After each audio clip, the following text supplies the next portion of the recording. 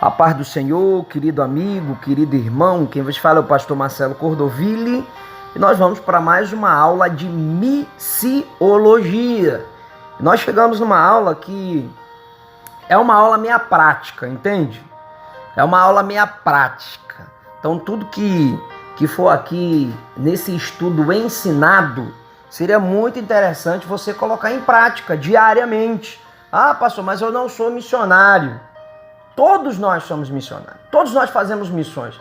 Ah, pastor, mas eu estou aqui no bairro, eu sou da igreja, eu não faço missão transculturais. Ei, querido, Deus está te chamando para você começar em Jerusalém. Depois Deus vai te aumentar de nível, você vai para o próximo nível, Samaria. Você está entendendo o mistério de Deus? Samaria, Judéia, Samaria, até os confins da terra. Mas você precisa começar. E para começar bem, você precisa ter, podemos dizer assim, métodos. E é o tema da aula de hoje. Do contato inicial à convenção. Como é que a gente tem um contato inicial com pessoas e a gente pode chegar a levar aquela pessoa até os pés de Jesus, tá bom? Então nós vamos estudar, tá? As maneiras do contato inicial com o descrente. Tá bom? Ninguém precisa aqui pescar no aquário de ninguém. Ninguém precisa aqui evangelizar crente. Tá bom? Essas aulas de missiologia, elas são dedicadas a nós pregarmos o evangelho, ter o contato inicial com o descrente. Tá bom? E por meio, nós levarmos esse cidadão, essa pessoa, uma decisão. Tá bom? Então nós vamos aqui buscar a orientação de Deus em algumas estratégias, tá bom? Próprias para o perfil daquela pessoa que pretende ser alcançada até Cristo. Então, vou dar muitas, né? Vou tá dando muitas aqui, estratégias aqui, e você vê qual é a melhor estratégia aí que você vai usar para o perfil dessa pessoa, desse seu familiar, desse seu amigo, aí da fábrica, do colégio, aonde é necessário você chegar até junto dessa pessoa, tá bom? Então, vamos lá. O contato inicial. O contato inicial é muito importante. Jesus deliberadamente procurou fazer amigos entre os desprezados pelos líderes. Olha só, os líderes religiosos desprezavam muita gente do meio da sociedade, aí, do meio de Jerusalém. Lucas 7,34 nos dá compreensão muito bem disso. Pois então, o próprio Jesus buscava atender as pessoas e as suas necessidades espirituais, tendo bom grado, né, mantendo uma amizade com as mesmas. Então a gente aprende o seguinte aqui, que quando nós temos um contato com alguém, nós temos que usar o primeiro método, o método direto e o método indireto. O que é isso? Jesus usou a aproximação direta quando Nicodemos veio até ele, né? Como Nicodemos era um líder religioso, Jesus foi direto ao tema da convenção, dizendo-lhe que todos devem nascer de novo. João capítulo 3, do verso 3 ao 5, nós conhecemos muito bem essa história aí do novo nascimento. Então, Jesus repreendeu aquele homem ao enfatizar que ele precisava nascer do Espírito. Olha só que bacana. O contato inicial direto produziu um grande resultado. Nós vamos observar isso em João 19:39, aonde Nicodemos, ele vai estar junto com os discípulos de Jesus no dia da crucificação, tá bom? Jesus usou de um contato inicial indireto para falar de seus propósitos com Zaqueu. Olha só, existe o contato direto que ele fez com Nicodemos e existe o contato indireto, a qual ele vai ter com Zaqueu. Lucas 19, de 1 a 10. Tá? Outros exemplos de contato inicial indireto foi usado por Paulo, quando orientava os novos cristãos do seu tempo através de cartas, alcançando multidões, povos, políticos daquela época, tá bom? Então, começando por assuntos dos interesses dele para prender a atenção daquele povo ali, para prender a atenção do seu ouvinte, tá bom? Então, nós temos que estar atento aqui para quando surgir uma oportunidade de contactar uma pessoa indiretamente, que pode acontecer principalmente por uma conversa, né? A gente pode começar uma conversa, chamar a atenção daquela pessoa quando vê e introduzir o evangelho do nosso Senhor e Salvador Jesus Cristo, tá bom? Então é nesse momento que podemos direcionar o diálogo para assuntos espirituais. Você pode começar uma conversa e pode terminar evangelizando, tá bom? Então isso daí é o método indireto. O método direto é você saber que alguém está desviado, alguém está afastado, e você vai logo direto. Eu digo, meu irmão, Jesus te quer de volta. A palavra de Deus diz que ele não lança ninguém fora que vem até ele. Você está entendendo? Volta a ser filho novamente. E por aí é diverso, tá bom? Um outro método aqui que ele vai usar, e é muito bacana, é perguntas e elogios. Olha só que bacana, esse método aqui de contato inicial é muito bacana. Preste bem atenção. Nesse tipo de contato inicial, você pode fazer perguntas diretas, tá? Levam a um diálogo imediato para assuntos da salvação. Exemplo, você tem Jesus como Salvador? Opa! Olha só que pergunta-chave. Você já nasceu de novo? Isso é muito bacana, porque foi isso que Jesus perguntou para Nicodemo. Ele vai logo direto. Tá bom? E perguntas assim, e etc. Esse tipo de pergunta que vai despertar o interesse, a fé, a manifestação, podemos dizer assim, de fé naquela pessoa, tá bom? E tem as famosas perguntas indiretas, tá bom? Que levam o diálogo gradativamente a assuntos da salvação. Alguns exemplos de perguntas indiretas são: você tem pensado nas coisas espirituais? O que você sabe a respeito de Jesus Cristo? Sabe, meu amado, em alguns momentos você encontrará pessoas que responderão essas perguntas de maneira que corte qualquer discussão ou desvie o assunto. Tais respostas podem exigir uma argumentação bem mais elaborada do que uma explicação simples do Evangelho. Porém, lembre-se, nós não temos que defender a palavra, mas simplesmente compartilhá-la, tá bom? E deixar que o Espírito Santo convença o descrente. Então nós não estamos aqui para discutir religião, tá bom? Religião, futebol, você está entendendo?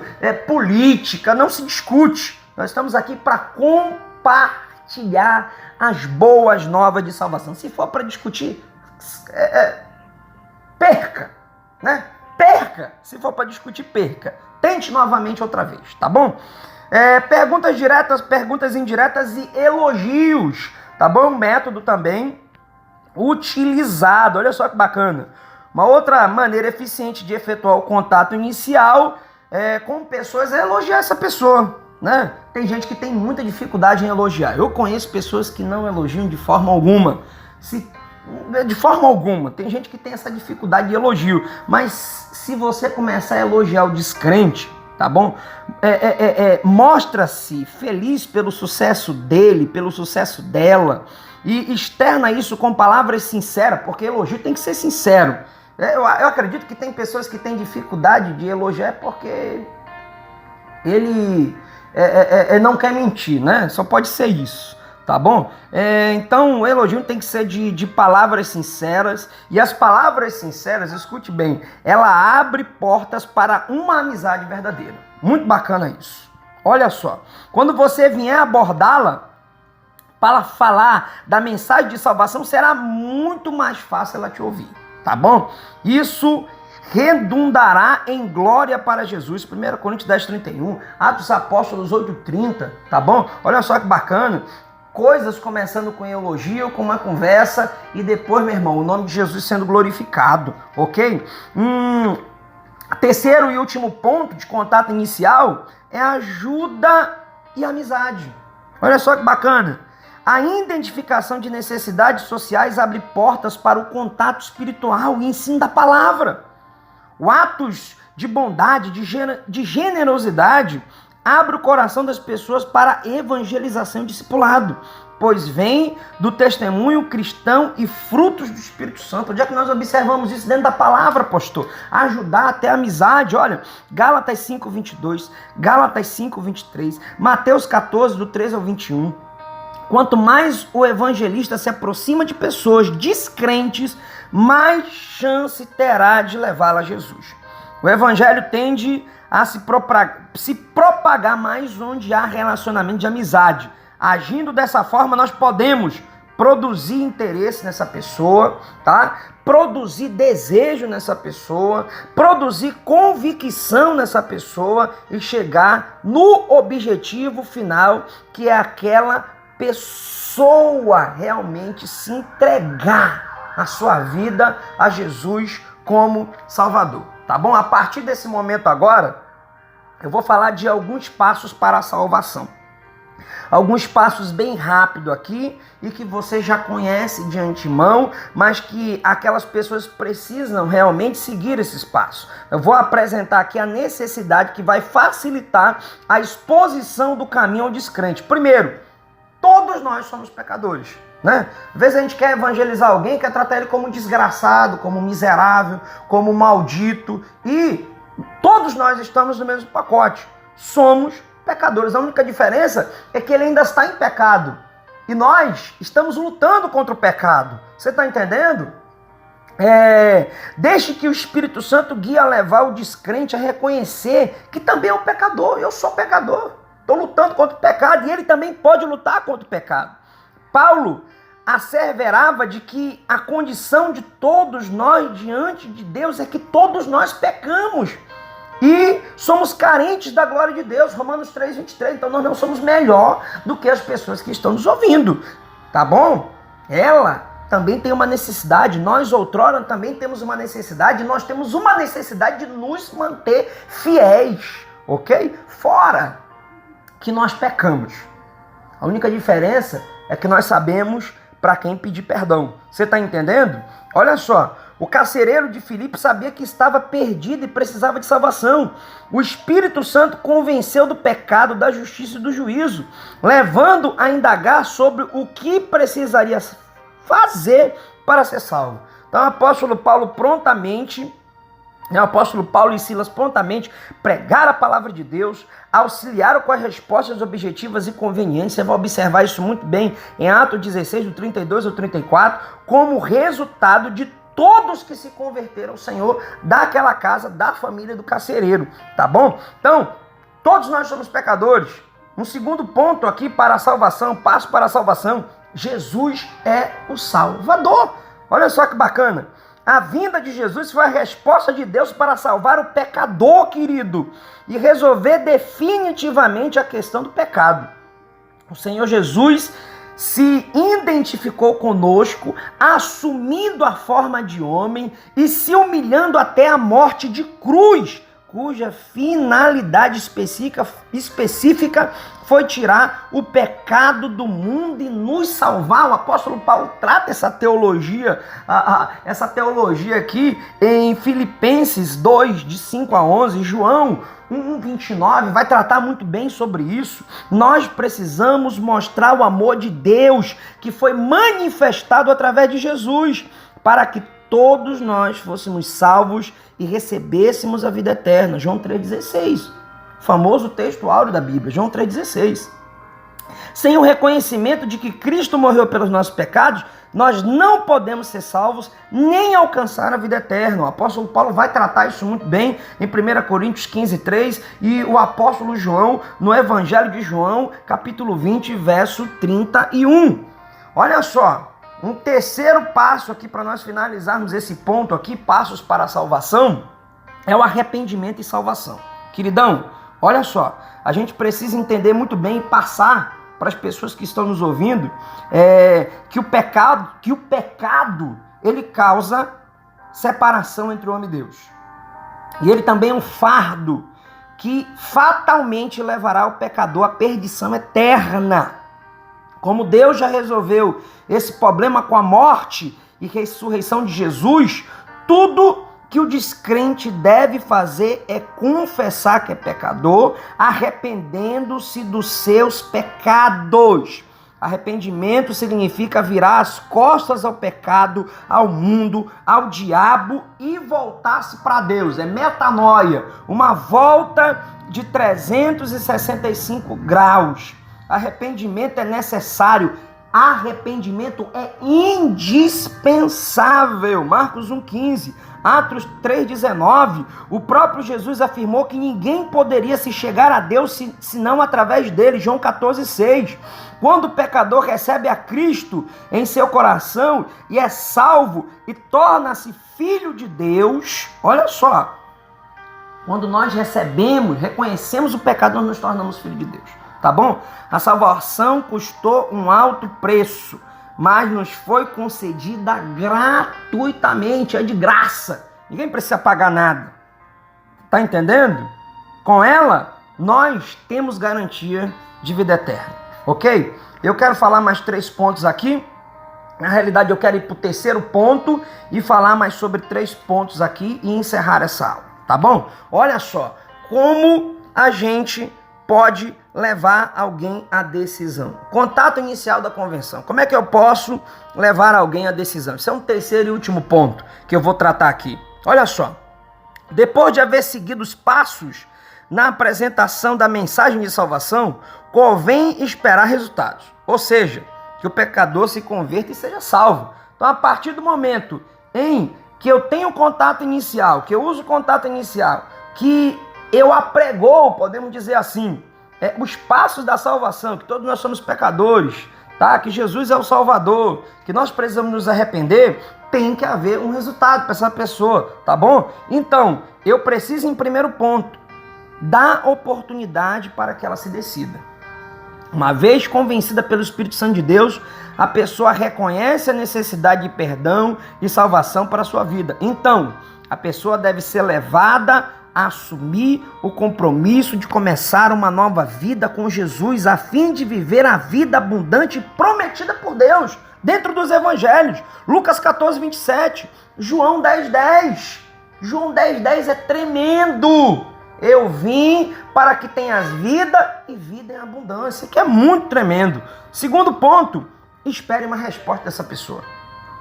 Não é recomendável passar diretamente do primeiro contato a um apelo imediato à decisão, a não ser em raras situações.